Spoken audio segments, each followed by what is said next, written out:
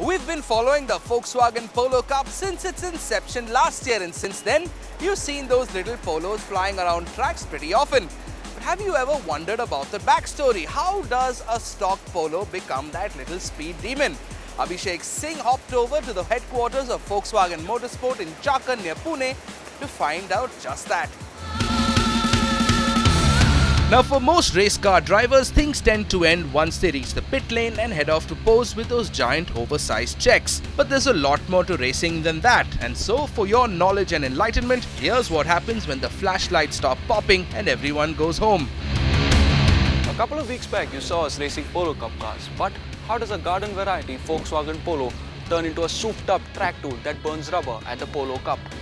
To find out, here we are at the Volkswagen Motorsports facility at their plant in Chakan.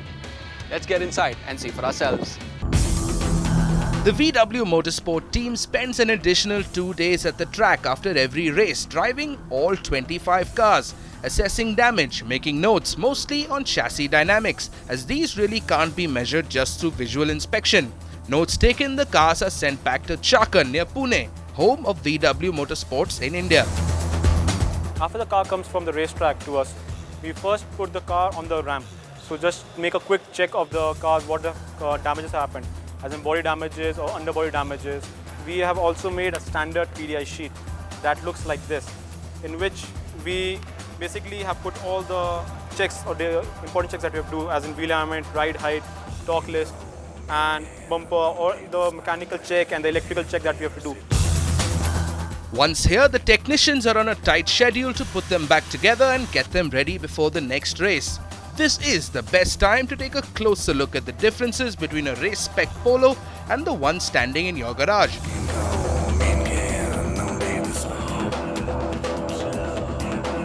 The engine is a 1.6 litre engine which is used in the Vento. The gearbox coupled to this engine over here is a 6-speed gearbox, which is different from the road-going one. So as of now, with this 6-speed gearbox, we've ensured that there is maximum utilization of the power. Another major important to stop this monster is the brakes, which we use. The calipers are from SEAT Sports, and it's a 4-piston caliper, and combined with a 320mm disc over here. And in the rear, we use a 2-pot caliper with a 232mm disc. The interior of the vehicle consists of a roll cage, which is an FIA spec roll cage, which ensures optimal safety with regards to the driver. So he's protected from any sort of crashes. And here you can see the roll cage, which runs right from the front to the end. The seat used is a head and neck support system seat over here, in conjunction with a 6-point safety belt harness. It constrains the body movement in the front as well as towards the sides also. The 2011 Polo R Cup car sports a new steering wheel from the last year, and it's also quite different from the road-going Polo, wherein it has a smaller diameter steering wheel.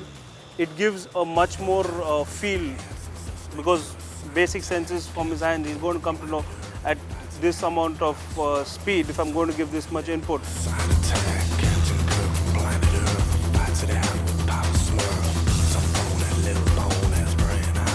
The car here sports a 17-inch tire, which is specifically manufactured for the racing series by JK Tyre, and it's it runs on 17-inch alloys, racing alloys, which have been specially developed for the racing series.